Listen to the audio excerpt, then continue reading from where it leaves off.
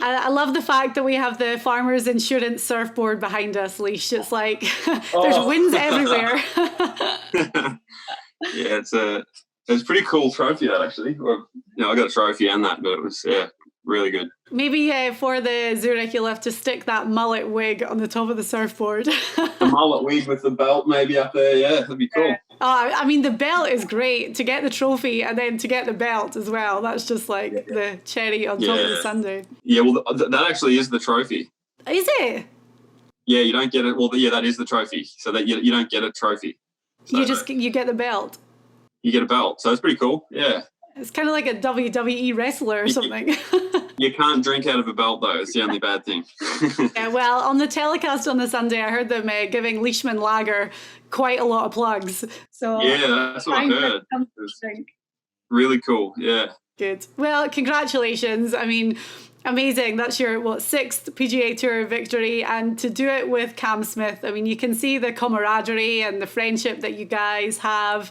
I mean, just sum up the week. How great was it? Yeah, it was really cool.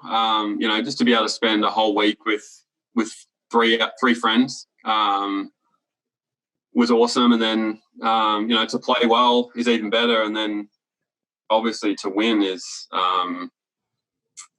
just a dream week, I suppose, to be able to celebrate with someone who also won. Normally it's Maddie, my caddy, and coach and all that family, but to celebrate with another player and his caddy and we're all great friends already.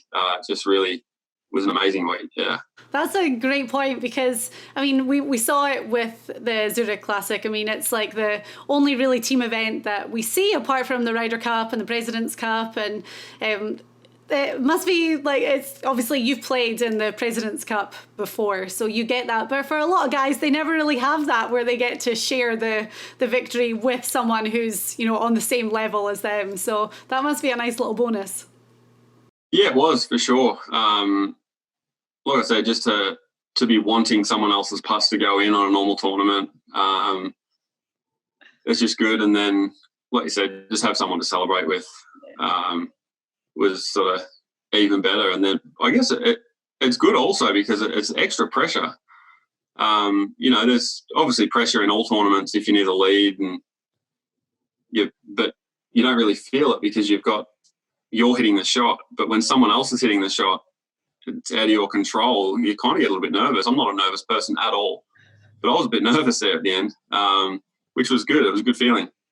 And I think for golf fans watching it, it's just a very different dynamic, and it's something that we don't get to see very often. I think it shows us a kind of different side to you guys as well, which is good to see. Yeah, exactly. When when I chipped in there on 16, I actually went over to the boys and was high-fiving and all that, and I forgot to get the ball out of the hole. I was so excited. So Louis had to throw the ball back over. I didn't even think about it. But, normally you go up and get the ball out of the hole and sort of wave to the crowd, and that's the end of the celebration. But it was cool to see the look on Cam's face and the boys' face and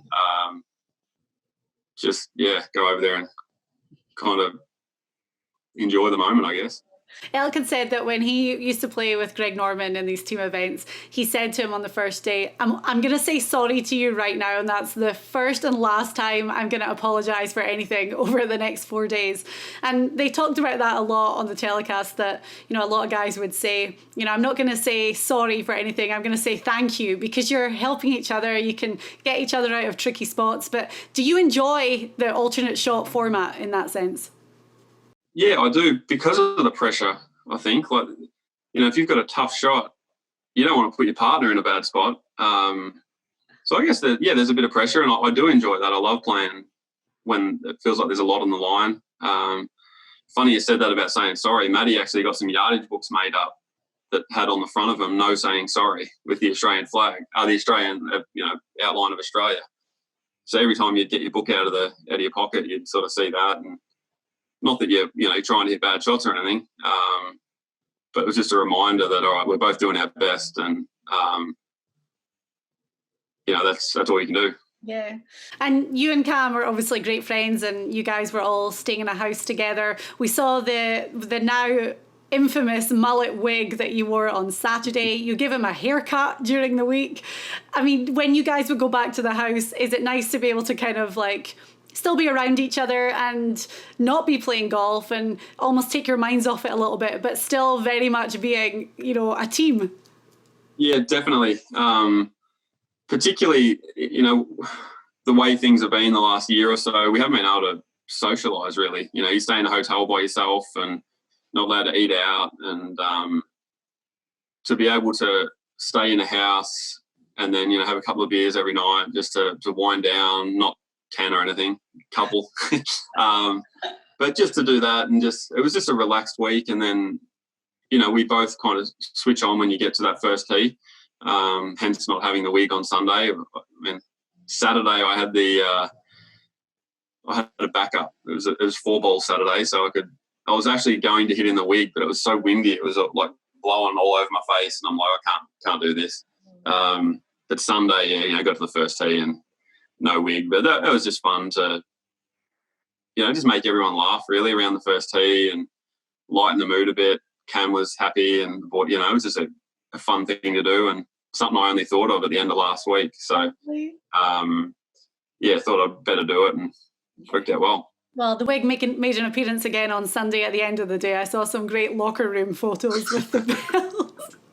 Yeah, they asked me to put it on. So stay with you forever. Exactly. Yeah, I'll have to get one of those framed, I think. You know, when it came to the President's Cup last time around, you guys didn't play together. And again, there was a lot of talk that, you know, that was overlooked and you guys should have been part of a team. And reasons were explained that, you know, you guys were both such strong players individually that they didn't want to put all the talent in one team. It was kind of just, you know, to spread it around a bit. But surely now for President's Cups going forward, if it's you and Cam, then you're going to be paired up together. Yeah, I mean, you think that'd be a pretty good chance, but yeah, you never know. And like we were saying, we're both team players. We want to do what's best for the team, and but I know if we did get paired together, we'd have a great time, and hopefully be a pretty good team and try and get a point. Yeah. Elk's thing right now is, and we've been talking about your win a lot, but he's like, I think that you could put Leishman in any position off the green and he'd be able to get up and down and either birdie or par. He's like, that's just the way that he's playing right now. And you mentioned the chip in on 16 after Cam hit it in the water. Would you say that's the kind of strength of your game right now and that's where the most confidence is? Yeah, I think around the green and on the greens. You know, my oldest boy's gotten right into golf, and we just hit shots in the backyard all the time. He's always wanted me to go out and have chipping comps. So we do a lot of it, and, you know, you have to play a lot of different shots, and we're trying to hook it around the house and over the edge of the house, and it's just fun. So I think I'm enjoying my golf again, and that makes, you know, if you do happen to put yourself in a challenging position, I think you just kind of embrace it and not worry about why you're there, just worry about how you're going to get out of that position and try and make a par or birdie. So mindset has a lot to do with that. You know, like I walked up to that chip shot thinking of holing it, not thinking about not chunking it in the water or, you know, hitting it, leaving Cam too long apart. I was thinking about holing it and just happened to go in. So it was nice to hole that when I really needed to. And, it's been, you know, pretty good to me lately, the chipping and putting. I felt for Audrey on Sunday because Harvey was playing in a competition himself. So she not only had to deal with the fact that you guys were in contention, but she was watching her son as well. I mean, her nerves must have been shot. That's what she said. She slept unbelievably well Sunday night. I guess Harvey ended up losing by a shot. And then, you know, we won, but she was watching on the phone. I'm not on PGA Tour Live or NBC Sports or something, and then watching him also. So it was, she told him that I'm not going to tell you how he's going because he might have got a bit annoyed or too happy or whatever. So that they managed to finish with we had actually the first shot they saw when they got in the clubhouse was with chip in, so it worked out pretty good. That's amazing. But do you find, because you know, we've talked about it before, that you really struggled with the return to golf after the COVID break, and it took a while to kind of get back in a rhythm, and really it was at the start of the year in Hawaii that you kind of found something, and got to, be with your coach again and work on stuff. But seeing Harvey's interest in it and being able to like play with him and have all these creative shots around the house, has it fueled your love for the game even more and kind of brought you back to when you were his age and really getting into it? It has, for sure. And I think it's really simplified things for me as well, because, I'm showing him shots. If he hits a shot and, it's not the right shot in the backyard, and I can show him, all right, well, yes, that you could hit a good shot that way, but this is how I would have hit it. And you can kind of teach him how to hit different shots. And then it really simplifies things, because you dumb it right down so he understands it. And then you think, I've been making this way too complicated for myself even. So that's pretty cool to be able to do that. But yeah, it's just, I'm enjoying it. All my kids are at an age now where they understand what's happening with golf, and it's cool when you can, come home with a trophy and see how excited they are. Yeah. Great. Coming off your performance at the Masters as well, and Cam, I mean, both of you were riding high after brilliant finishes. We've always talked about the fact that you love playing Augusta National, and, you've posted some amazing scores around that place. But, how much confidence does that give you going forward when you play so well in the first major of the year? Yeah, it does. It gets you thinking about, winning again, I think, when you have finishes like that. Sort of the end of last year and the start of this year, I certainly wasn't thinking about winning. I was just trying to not make an idiot out of myself on the golf course, really. I was playing so bad. And it was just nice to, like I say, get my head in check, get my game in check, and then thinking about making birdies and winning tournaments instead of trying not to make mistakes and make cuts. So I think mindset's had a lot to do with it. But just the enjoyment factor as well. It's, you enjoy the game more when you're playing decently, and I think that's been a big part of it. And having the win now, and as we were saying, that great finish at the Masters, does it change the rest of the year for you? I mean, we're in this jam-packed super season on the tour for 2021. Does it change anything going forward, or is it still kind of like working to the same game plan? No, I mean, I think all the major courses this year set up pretty good. I've played Kiwi before, Torrey Pines, won there, and then the British Open. So I'm excited about all them, but there's most of the tournaments now I'm playing, I feel like they set up reasonably well for me. I'm just looking forward to the rest of the year. Definitely, it's nice to be playing well at the start of the year when it matters, or the middle of the year, in all the major season. I remember like last year when all the majors happened, I was playing poorly and struggled. I think the year before I don't even did that well. So it's nice to be playing well leading into them. Yeah. And obviously the Olympics coming up this summer, and Adam Scott announced last week that he's not going to be playing. When you heard that news, what does that spark inside you? Are the Olympics something that you're excited about, or, what are you kind of thinking in that sense? Yeah, I am excited about it. I'm not excited about all the WADA drug testing stuff.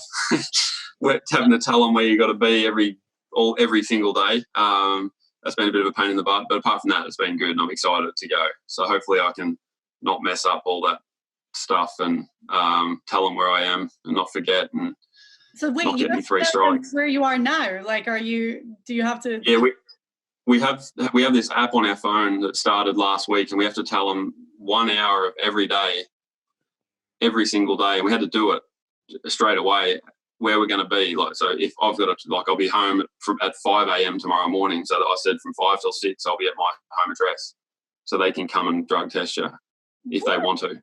So yeah, it's a little weird, but if that's what you got to do to play the Olympics, that's what you got to do. So not complaining. I just hope I can not balls it up too badly and get the 3 strikes. Is that what it is? You get 3 chances? I think it's 3 strikes. Yeah, I got an email the other day that I got a strike because I forgot to put one in. But so I'll try and stay on top of that. And when it comes to like the COVID protocols and stuff, are you concerned about that at all, or do you feel that everyone's kind of in a good, rhythm of safety right now? Yeah, I mean, you have to live your life, I think. I'm vaccinated now. I think most people are going to be vaccinated to go to the Olympics, I believe. So I guess if it's unsafe, you know, they won't go ahead. But I think, you know, we've travelled enough around the world as golfers to places that I think we can, you know, get in, get out, hopefully, you know, not go anywhere that we don't have to go and try and stay safe. So, you know, obviously got a family at home that we need to think about. We don't want to get COVID, me or my caddy or Cam, if that's who goes. But yeah, it's, of course you think about it, but I think, you know, they'll make the right decision. Yeah, and it seems to be, you know, more and more positive and optimistic every day going forward right now. So long may that continue. But how great for you and Cam. I mean, first of all, you guys are such good friends. Then you get this victory playing together at the Zurich Classic, and then could be off to Japan for an amazing Olympic Games with so much anticipation and hype around it. So it's got all the makings of a brilliant year. It does, yeah. So hopefully we can both keep playing well, be on the team, and try and win a medal for Australia. Yeah. So it's an opportunity I never really thought I would have to win an Olympic medal. But, you know, 60 guys, hopefully they'll get in the team and we can give it a crack. Amazing. Right, well, thank you so much for your time. I know you and Audrey had a nice couple of days away, so you get a little bit of time at home now. You can enjoy the celebration, and I'm sure Harvey will have you in the yard hitting balls. Yes. For most of it. We'll be out there. Yeah, it'll be fun.